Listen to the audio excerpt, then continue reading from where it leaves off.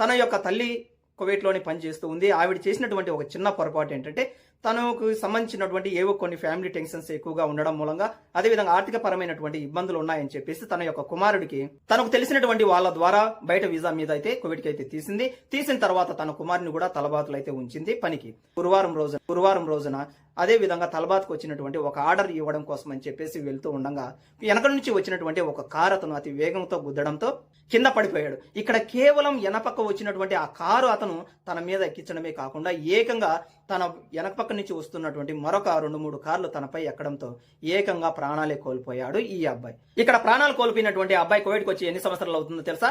2 సంవత్సరాలు 3 సంవత్సరాలు కాదు బ్రో, కేవలం ఒకే 1 నెల అవుతుంది ఆ అబ్బాయి వచ్చినటువంటి 1 నెలలోనే ఆ అబ్బాయి ప్రాణాలు అయితే కోల్పోయాడు. ఇక్కడ యొక్క కుమారుడిని కోల్పోయింది. అదేవిధంగా కుమారుడు రావడం కోసం అని చెప్పి ఖర్చు పెట్టినటువంటి డబ్బులు కూడా లాస్ అయింది ఇక్కడ. అందుకనే దయచేసి తలబాతుకు పంపించేటటువంటి వాళ్ళు ఎవరైనా సరే పంపకండి.